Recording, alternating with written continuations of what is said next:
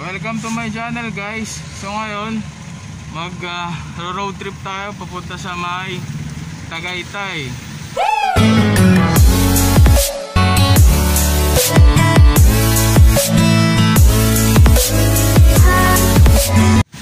So nandito na tayo sa may palabas na tayo ng Kaingin. So kung yung padiretso natin, yung diretso na to sa C5 na to. Kaso medyo traffic lang kasi may stoplight sa may crossing. So mamaya na lang guys, update ko na lang kayo pag nandun na tayo. So kung napapansin nyo ngayon, hindi tayo bike ride. So ngayon ang gamit natin ay itong owner type jeep. Owner type jeep to na pangalanan na natin si Bumblebee. Okay guys, sige guys, update ko na lang kayo mamaya, post ko muna. 2 hours later. Welcome back guys, nandito na tayo sa may Tagaytay Picnic Group. So kung nakikita nyo, may entrance fee siya na 50 pesos. So tara, tignan natin. Tara guys.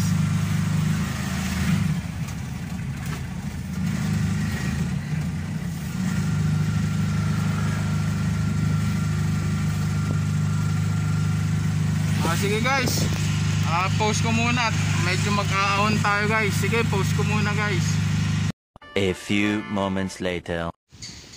Okay guys, nandito na tayo sa may picnic group. So ito yung dito yung area ng parking. Kung nakikita nyo, meron siyang Ferris wheel, malang Ferris wheel. So dito ko i-greenahe yung ating sasakyan na si Bumblebee. Parang ewan lang. So ito guys, dito ko siya greenahe. So maganda yung lugar guys, maganda yung lugar. So tara, libot-libot tayo. Iniwan muna natin tong ating owner type jeep na si Bumblebee. Iniwan muna natin dito. Tapos ito mukhang maganda naman yung parking niya. Okay, so kung nakikita nyo guys, marami ring ibang mga nakaparking dito. So ito nga pala, videohan natin yung sasakyan natin. So yun nga, hindi nga tayo nagbike ngayon, nagsasakyan tayo. Ito nga pala ulit kung nakilala nyo yung bike natin na si Orbi, so ito naman si Bumblebee. Nga pala guys, so yung may entrance siya dito sa aking sasakyan eh. Ewan ko kung magkano, basta binigyan lang ako ng resibo, saka ito, resibo sa ticket. So okay, tara, pasyal-pasyal tayo guys.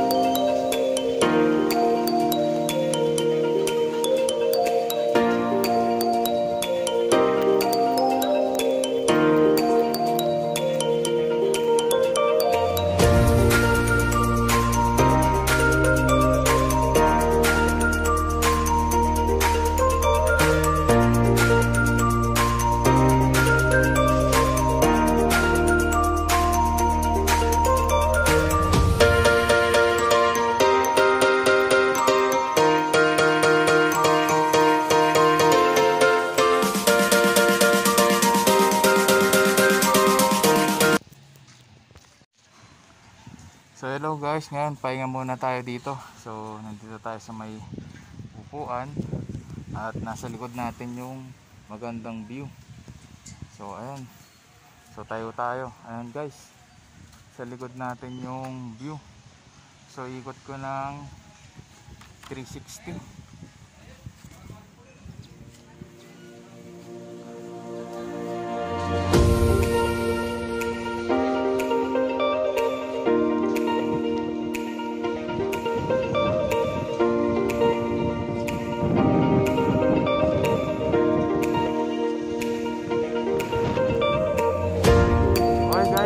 natin ng 360.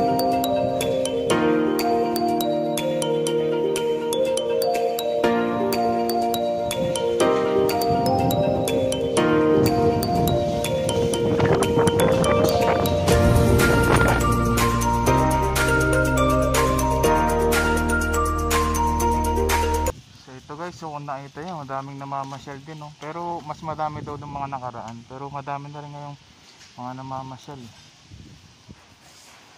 So guys, isum natin. Ayun na yung view ng Taal. So ayan guys, inom natin yan yung view ng Taal, oh. So ikot na ulit natin ng 360 para makita ulit yung view.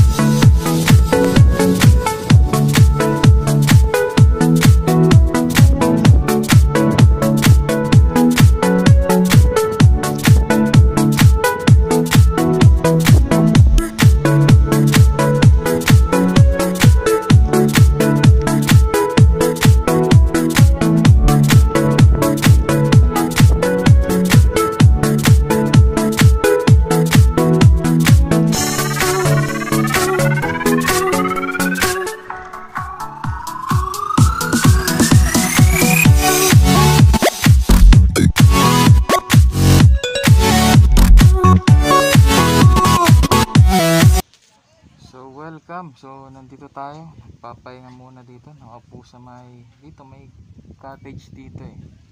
Ano, nakaupo tayo sa cottage. Yan. Nakaupo tayo, may maliit na cottage dito. So guys, pahinga muna tayo. Medyo nakapagod din pala mag-drive kasi matraffic din ang papunta dito. So ito, dito muna tayo guys, pahinga muna tayo dito. So kung napapansin nyo sa may bandang likod ko, madami ring mga namamasyal. Pero sabi nung nakasalubong ko doon, mas marami pa daw nung dati kasi ngayon nga pandemic. So ako nga pala guys, huwag nyo kalilimutan yung face mask, face shield kasi requirements din to. Hindi rin kasi kayo papasukin pag walang face mask sa face shield. So sige, at siguro pwede na rin tayong bumalik. Sige. So ayun guys, so yung view, tignan muna natin ulit yung view bago tayo umalis. Ayun, sa likod. Tignan muna ulit natin yung view. So ayan guys, so ito yung view. So kung nakikita nyo yung Taal Lake, tapos sa banda doon yun na ata yung, basta yung, kung hindi ako nagkakamali, yung Taal Volcano. Ayan, so ito yung view. So kung titignan nyo guys dito, matarik siya. Paano masabi? So ayun, matarik. So ito, bago tayo umalis, so final video. Yun guys, ang lakas ng hangin. Kung naririnig, ang lakas ng hangin guys. So ayan, so ito, lakas ng hangin. So masarap din kasing pumunta dito, saka hindi siya masyadong ganong kalayuan din sa Metro Manila. So yun guys, pagka may time kayo, try nyo. ayan guys, oh, yung final video bibigyan na natin bago tayo umuwi. Ayan guys, okay. Ayan guys, makita nyo yung lawa, yung ano ba yun, yung volcano, Taal Volcano, o basta Taal Volcano o Binigtian ba yun. So ayan, so malakas yung hangin. So ayan na guys, yung lawa, yung lake, Taal Lake, sa kung makita nyo. So itong pinagpupwestohan ko guys, matarik oh, matarik siya oh. Paano masabi? Dito ako ngayon sa may cottage, marami siyang cottage, pero ito matarik to. So sige guys, at let's go home.